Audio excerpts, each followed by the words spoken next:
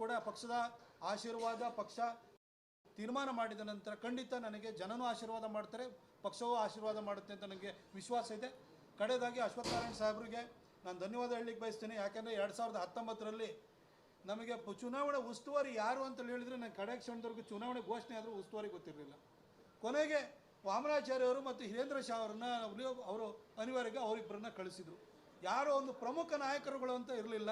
ಇವತ್ತು ಉಪಮುಖ್ಯಮಂತ್ರಿಯಾಗಿ ಮೈಸೂರಿಗೆ ಅಪಾರವಾದಂಥ ಕೊಡುಗೆನ ಕೊಟ್ಟಂಥವರು, ಕಿಯೋನಿಕ್ಸ್ನವರು ಇಲ್ಲಿ ಅಲ್ಲ, ಕೇನ್ಸ್ ಟೆಕ್ನಾಲಜಿಯವರು ಸೆಮಿಕಂಡಕ್ಟರ್ ಯೂನಿಟನ್ನು ಕೋಚನಹಳ್ಳಿನಲ್ಲಿ ತರೋದಕ್ಕೆ ಒಂದು MOU ಸೈನ್ ಹಾಕ್ಸಿದಂಥವ್ರು ಕೂಡ ಅಶ್ವತ್ಥನಾರಾಯಣ ಸಾಹೇಬರು.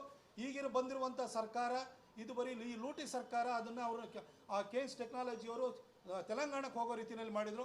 ಆದರೆ ಮೈಸೂರಿನ ಬಗ್ಗೆ ಅಪಾರವಾದಂಥ ಪ್ರೀತಿಯನ್ನು ಇಟ್ಕೊಂಡು L&T ಅವ್ರ ಹತ್ರ DPR ಮಾಡಿಸಿ ಅದನ್ನು ಕೊಟ್ಟಂಥವ್ರು ಅಶ್ವತ್ಥನಾರಾಯಣ ಸಾಹೇಬರು. ಹಾಗೆ ಸ್ಕಿಲ್ ಡೆವಲಪ್ಮೆಂಟಿಗೆ ಅಂತ ವಿಶೇಷವಾಗಿ ಒಂದು 200 ಸೀಟರ್ ಇನ್ಕ್ಯುಬೇಷನ್ ಸೆಂಟ್ರು, ಅದನ್ನು ಮಂಡಕಳ್ಳಿನಲ್ಲಿರುವಂತಹ KSOU ಅವ್ರದ್ದು ಏನು ಸೆಂಟರ್ ಇದೆ, ಔಟ್ರೀಚ್ ಸೆಂಟರ್ ಇದೆ, ಅದನ್ನು ಕನ್ವರ್ಟ್ ಮಾಡ್ಕೊಂಡು ಇವತ್ತು ಸ್ಕಿಲ್ ಡೆವಲಪ್ಮೆಂಟಿಗೆ ಮತ್ತು ಅಲ್ಲಿ ಒಂದು ಇನ್ಕ್ಯುಬೇಷನ್ ಸೆಂಟರ್ನ ಮಾಡಿಕೊಡೋದಕ್ಕೆ ಅಶ್ವತ್ಥನಾರಾಯಣ ಸಾಹೇಬರು ದೊಡ್ಡ ಯೋಗದಾನವನ್ನು ಕೊಟ್ಟಿದ್ದಾರೆ. ಅದು ರೆಡಿ ಆಗ್ತಾ ಇದೆ.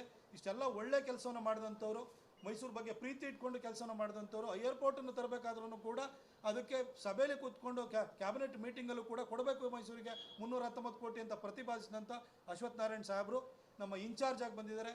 ನಾನು ವೈಯಕ್ತಿಕವಾಗಿ ಅವರಿಗೆ ಎಲ್ಲ ನಮ್ಮ ಕಾರ್ಯಕರ್ತರ ಪರವಾಗಿ ಧನ್ಯವಾದವನ್ನು ಹೇಳ್ತೀನಿ. ಹಾಗೆ ನಮ್ಮ ಕೊಡಗಿನಲ್ಲಿ ರಾಬಿನ್ ದೇವಯ್ಯನವರು ಇನ್ಚಾರ್ಜಾಗಿ ಹಿಂದೆ ಅಧ್ಯಕ್ಷರಾಗಿ ಕೆಲಸವನ್ನು ಮಾಡಿದವರು, ಅನುಭವ ಇರುವಂಥವ್ರು ಇದ್ದಾರೆ.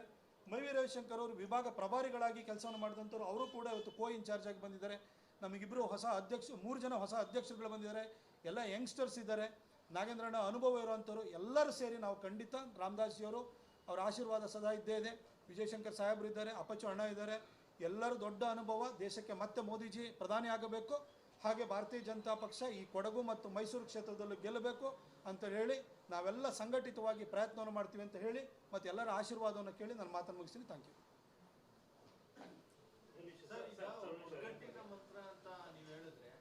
ರಾಜ್ಯದಲ್ಲಿ ಒಂದು ರೀತಿಯಲ್ಲಿ ಈಗ ಬಸನಗೌಡ ಪಾಟೀಲ್ ಯತ್ನಾಳ್ ಬರುವಂತರ ಮಾತಾಡ್ತಾರೆ ಆಂಟಿ ಆಗಿ ಬಿಜೆಪಿಗೆ, ಮತ್ತೊಂದು ಕಡೆ ರಮೇಶ್ ಜಾರಕಿಹೊಳಿ ಅವರು ಭಿನ್ನರಾಗ, ಯಾವ ರೀತಿ ಒಗ್ಗಟ್ಟು, ಯಾವ ರೀತಿ ಇದನ್ನು ಫೇಸ್ ಮಾಡ್ತೀರಾ ನಿಮ್ಮ ಪಾರ್ಟಿ? ಪ್ರಜಾಪ್ರಭುತ್ವದಲ್ಲಿ ಒಂದು ಕುಟುಂಬ ಅಂದಾಗ ಅವರದು ಸ್ವಾತಂತ್ರ್ಯ ಇರುತ್ತೆ, ಅವರ ಅಭಿಪ್ರಾಯಗಳನ್ನು ವ್ಯಕ್ತಪಡಿಸಿದ್ದಾರೆ. ಹಾಗಾಗಿ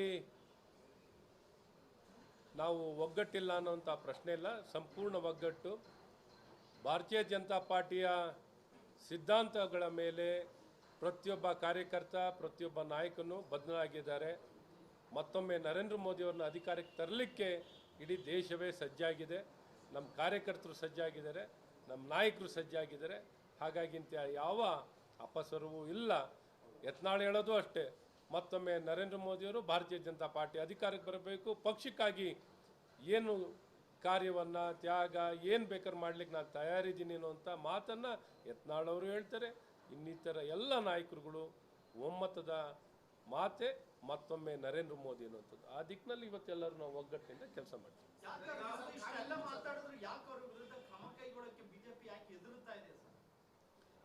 ಅದ್ರ ಬಗ್ಗೆ ಮಾತಾಡ್ತೀವಿ.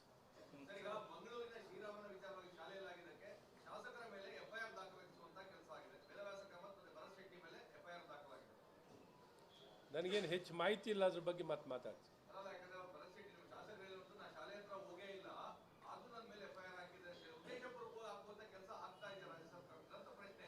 ನೋಡಿ, ಕಾಂಗ್ರೆಸ್ ಸರ್ಕಾರ ಕರ್ನಾಟಕದಲ್ಲಿ ಅಧಿಕಾರಕ್ಕೆ ಬಂದಾಗಲಿಂದಲೂ ತಮ್ಮ ಅಧಿಕಾರವನ್ನು ದುರ್ಬಳಕೆ ಮಾಡ್ತಿದ್ದಾರೆ. ಇದೇ ಸನ್ಮಾನ್ಯ DK ಸುರೇಶ್ ಅವರು ದೇಶ ವಿಭಜನೆ ಮಾತನ್ನು ಹೇಳಿದ್ದಾರೆ, ಇನ್ನೇ ಕೇಸ್ ದಾಖಲು ಮಾಡಿಲ್ಲ.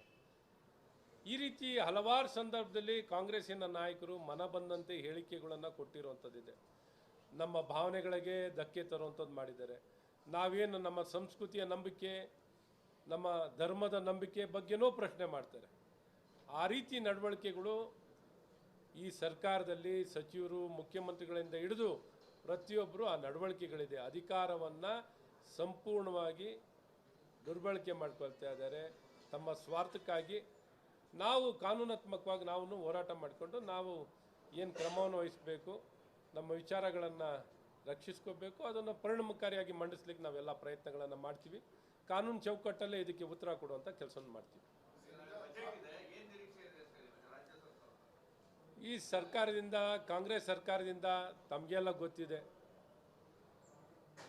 ಅವ್ರ ಪಕ್ಷದ ಶಾಸಕರೇನೆ ಅತೃಪ್ತರಾಗಿದ್ದಾರೆ. ಒಬ್ರಿಗೊಂದು ಬೆಣ್ಣೆ, ಒಬ್ರಿಗೊಂದು ಸುಣ್ಣ. ಆಡಳಿತ ಪಕ್ಷದ ಶಾಸಕರೇ ಸಂಪೂರ್ಣವಾಗಿ ಅತೃಪ್ತರಾಗಿದ್ದಾರೆ.